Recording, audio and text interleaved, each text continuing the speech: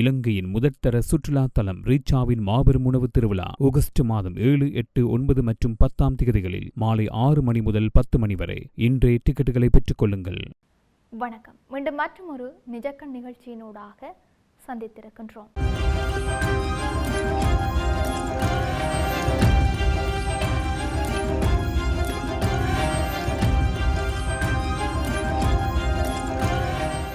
மத்திய கிழக்கில் நிலவும் ஈரான் அமெரிக்கா மோதல் தொடர்ந்து தீவிரமடைந்து வரும் நிலையில் வளைகுடா பிராந்தியம் மீண்டும் ஒரு முக்கியமான பாதுகாப்பு திருப்பு முனையை சந்தித்திருக்கிறது.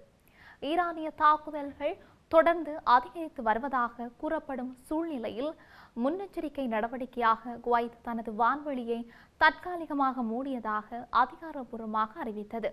இந்த முடிவு திடீரென எடுக்கப்பட்டதல்ல என்றும் பிராந்தியத்தில் உருவாகியிருக்கிற இராணுவ பதற்றம் மற்றும் பாதுகாப்பு அச்சுறுத்தல்களை கருத்தில் கொண்டு எடுக்கப்பட்ட அவசர நடவடிக்கை என்று சர்வதேச ஊடகங்கள் தெரிவிச்சிருக்குது. குறிப்பாக ராய்ட்டர்ஸ் செய்தி நிறுவனத்தின் தகவலின்படி வான்வெளி மூடப்பட்டதை அடுத்து பல சர்வதேச விமானங்கள் தங்கள் பாதைகளை மாற்றி வேறு திசைகளுக்கு திருப்பிவிடப்பட்டிருக்கின்றன. இந்த சம்பவம் வெறும் விமான போக்குவரத்து மாற்றம் மட்டுமல்ல, மாறாக முழு வளைகுடா பிராந்தியத்தை முழுக்கிய ஒரு பாதுகாப்பு எச்சரிக்கை என்று சர்வதேச விமான போக்குவரத்து நிபுணர்கள் குறிப்பிட்டிருக்கிறார்கள். வியாழக்கிழமை அதிகாலை குவைத் மற்றும் பஹ்ரைனில் இருக்கின்ற அமெரிக்க வான்படை தளங்களை இலக்கு வைத்து தாக்குதல் நடத்தப்பட்டதாக ஈரானின் புரட்சிகர காவல்படை அறிவித்திருந்தது. இந்த தகவல் வெளியான சில மணி நேரங்களிலேயே பிராந்திய பாதுகாப்பு நிலைமை கடுமையாக சிக்கலானதாக மாறியது. அமெரிக்கா மற்றும் அதன் கூட்டணி நாடுகள் இராணுவ தளங்கள் மீது மேற்கொள்ளப்பட்டதாக கூறப்படும் இந்த தாக்குதல்கள் ஏற்கனவே நீண்ட காலமாக நிலவி வந்த பதற்றத்தை புதிய கட்டத்துக்கு கொண்டு சென்றதாக பாதுகாப்பு ஆய்வாளர்கள் கூறியிருக்கிறார்கள். இந்த தாக்குதல்களுக்கு பின் குவைத் அரசு தன்னுடைய வான்வெளி மற்றும் விமான போக்குவரத்து பாதுகாப்பை உடனடியாக மறுபரிசீலனை செய்தது. குவைத் சிவில் விமான போக்குவரத்து இயக்குநரகம் வெளியிட்ட அதிகாரப்பூர்வ அறிவிப்பின்படி உள்ளூர் நேரப்படி காலை 4:50 மணியளவில் வான்வெளி மூடல் நடைமுறைக்கு வந்தது. இந்த அறிவிப்பில் பயணிகளின் பாதுகாப்பும் வான்வெளி போக்குவரத்தின் பாதுகாப்பும் உறுதி செய்யும் நோக்கத்திலேயே இந்த முடிவு எடுக்கப்பட்டது என்று குறிப்பிடப்பட்டிருந்தது. மேலும் நிலைமை தொடர்ச்சியாக கண்காணிக்கப்பட்டு வருவதாகவும் பாதுகாப்பு சூழ்நிலை சீரடைந்து எந்தவொரு அச்சுறுத்தலும் இல்லாத நிலை உறுதி செய்யப்பட்ட பின்னரே வான்வெளி மீண்டும் திறக்கப்படும் என்றும் தெரிவிக்கப்பட்டிருக்குது. வான்வெளி திடீரென மூடப்பட்டதால் குவைத் வழியாக பயணிக்க இருந்த பல சர்வதேச விமானங்கள் மாற்றுப்பாதைகளுக்கு திருப்பிவிடப்பட்டன. இதனால் விமான நிறுவனங்கள் திடீர் அட்டவணை மாற்றங்களை சந்திக்க வேண்டிய நிலை ஏற்பட்டிருந்தது. சில விமானங்கள் நீண்ட சுற்றுப்பாதைகளை பயன்படுத்த வேண்டிய நிலை ஏற்பட்டதால் பயண நேரம் அதிகரித்திருந்தமையும் குறிப்பிடத்தக்கது. அதேபோல எரிபொருள் செலவும் அதிகரிக்கும் அபாயம் ஏற்பட்டதாக விமானத்துறை வட்டாரங்கள் தெரிவித்தும் இருக்கின்றன. தொடர்ச்சியாக இந்த முடிவு வரும் குவைத் நாட்டை மட்டும் பாதிக்கவில்லை. வளைகுடா முழுவதிலும் சிவில் விமான போக்குவரத்து அமைப்புகள் மிகுந்த கவனத்துடன் நிலைமையை கண்காணித்து வருகின்றமையும் குறிப்பிடத்தக்கது. குறிப்பாக பஹ்ரைன், சவுதி அரேபியா, ஐக்கிய அரபு அமீரகம் போன்ற நாடுகளின் வான்வழி போக்குவரத்து அமைப்புகளும் கூடுதல் பாதுகாப்பு ஆய்வுகளை மேற்கொண்டு வருகின்றன.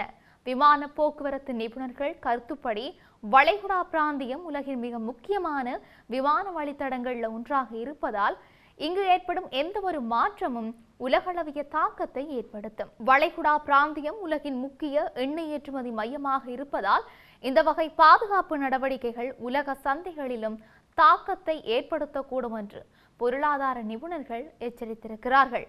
ஏற்கனவே நிலவும் பதற்றம் காரணமாக எண்ணெய் விலை மாற்றங்கள், கப்பல் போக்குவரத்து செலவுகள் மற்றும் சர்வதேச வர்த்தகத்தில் குழப்பம் ஏற்படும் அபாயம் இருப்பதாகவும் அவர்கள் கூறியிருக்கிறார்கள்.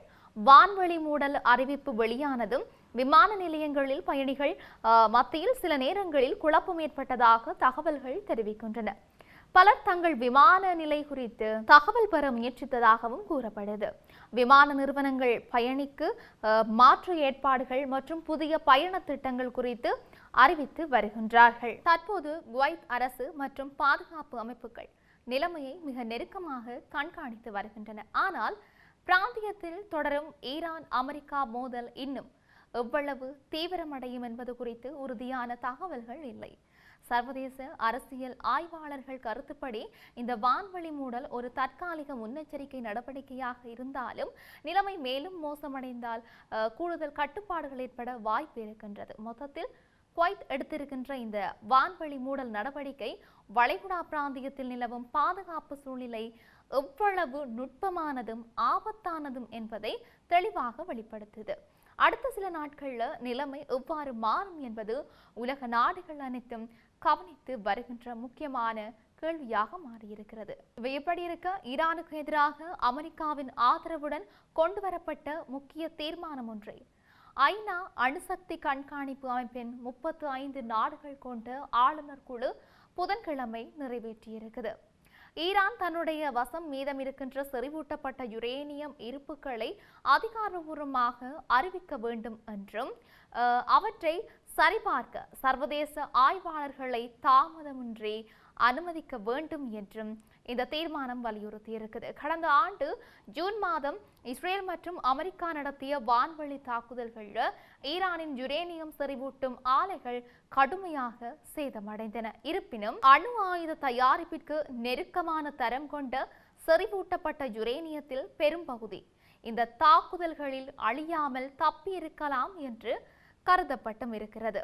அந்த பொருட்களின் தற்போதைய நிலை குறித்து ஈரான் இதுவரைக்கும் சர்வதேச அணுசக்தி முகமைக்கு தெரிவிக்கவில்லை. இந்த நிலையில் அமெரிக்கா, பிரிட்டன், பிரான்ஸ் மற்றும் ஜெர்மனி ஆகிய நாடுகள் இணைந்து கொண்டு வந்த இந்த தீர்மானத்திற்கு ஆதரவாக 21 வாக்குகளும் எதிராக 3 வாக்குகளும் கிடைத்தன. 11 நாடுகள் வாக்கெடுப்பில் பங்கேற்கவில்லை. ரஷ்யா, சீனா மற்றும் நைஜர் ஆகிய நாடுகள் இந்த தீர்மானத்தை எதிர்த்து வாக்களித்திருக்கின்றமையும் இங்கு குறிப்பிடத்தக்க விடயமாக இருக்கிறது. தொடர்ச்சியாக குவைத் நாட்டின் விமான சேவை வியாழக்கிழமை தற்காலிகமாக முடக்கப்பட்டிருக்கின்றது என்று அறிவிப்பு வெளியாகி இருக்கிறது. ஈரானின் அதிரடி தாக்குதல் காரணமாக இந்த முடிவு எடுக்கப்பட்டதாக குவைத் நாட்டின் சிவில் விமான போக்குவரத்து ஆணையம் தெரிவித்திருக்கிறது. இதனால் குவைத் நாட்டிலிருந்து வெளிநாட்டவர்கள் தாய் நாட்டிற்கு செல்ல முடியாமல் மாட்டிக்கொண்டிருக்கின்றார்கள். அமெரிக்காவுக்கும் ஈரானுக்கும் இடையே போர் 100 நாட்களை கடந்தாலும் கடந்த சில வாரங்களாக தாக்குதல் ஏதுமில்லாமல் பேச்சுவார்த்தை கட்டத்திலேயே இருந்தது. ஆனால் கடந்த வாரம் இஸ்ரேல் நடத்திய தாக்குதல் மூலம் மீண்டும் வளைகுடா பகுதியில் தாக்குதல்கள் தொடங்கி தினமும் சைரன் சத்தம் கேட்டு வருகிறது. இரு நாடுகளுக்கும் இடையேயான இந்த போர் வளைகுடா நாடுகள் முழுவதும் வேகமாக பரவி வருகிறது. இதன் ஒரு பகுதியாக குவைத் நாட்டின் மீது ஈரான் நடத்திய அதிரடி ஏவுகணை மற்றும் ட்ரோன் தாக்குதல்களை தொடர்ந்து குவைத்தின் சிவில் விமான போக்குவரத்து வாரியம் தன்னுடைய நாட்டின் வான்வழியை தற்காலிகமாக முழுமையாக மூடி உத்தரவிட்டிருக்கிறது. இதனால் குவைத்திற்கு வரவேண்டிய மற்றும் அங்கிருந்து புறப்பட வேண்டிய அனைத்து சர்வதேச வணிக விமானங்களும் மாற்றுப்பாதைகளுக்கு திருப்பி விடப்பட்டு வளைகுடா பிராந்தியம் முழுவதும் பெரும் பரபரப்பு ஏற்பட்டிருக்கிறது. ஈரானின் இஸ்லாமிய புரட்சிகர காவல்படை படைப்பிரிவு அமெரிக்க படைகளுக்கு எதிராக பதில் தாக்குதல்களை நடத்தியிருக்கிறது. இந்த தாக்குதல்களில் சுமார் 18 இலக்குகளை ஈரான் தாக்கியிருக்கிறது. யோர்டானில் இருக்கின்ற அல் அஸ்ரக் விமான தளத்தில் அமெரிக்க போர் விமானங்களுக்கு எதிராக 12 ஏவுகணைகள் ஏவப்பட்டதாக ஈரான் தரப்பு கூறியிருக்கிறது. இதன் பாதிப்பு குறித்த தகவல்கள் இன்னும் வெளியாகவில்லை. அமெரிக்க இராணுவத்தின் சென்ட்ரல் கமாண்ட் அமைப்பு ஈரானில் இருக்கின்ற பல இலக்குகளுக்கு எதிராக தாக்குதல்களை நடத்தியது. இந்த தாக்குதல்கள் தற்காப்பு நோக்கத்தில் மேற்கொள்ளப்பட்டதாக அமெரிக்கா தெரிவிச்சிருக்கிறது. ஈரான் தரப்பு இந்த தாக்குதல்களுக்கு பதிலளிக்கும் வகையில் இன்று 3 நாட்களில் இருக்கும் அமெரிக்க தளத்தை தாக்கியிருக்கிறது. இந்த மோதல் காரணமாக பல நாடுகளில் பாதுகாப்பு ஏற்பாடுகள் தீவிரப்படுத்தப்பட்டிருக்கின்றமையும் இங்கு குறிப்பிடத்தக்க ஒரு விடயமாகவே இருக்கின்றது. இப்படி இருக்க உலகளவிய ரீதியில் என்னமெல்லாம் நடக்க போகின்றது என்று நாங்களும் பொறுத்திருந்து பார்க்கலாம். மீண்டும் மற்றொரு பதிவினூடாக சந்திக்கலாம். வணக்கம்.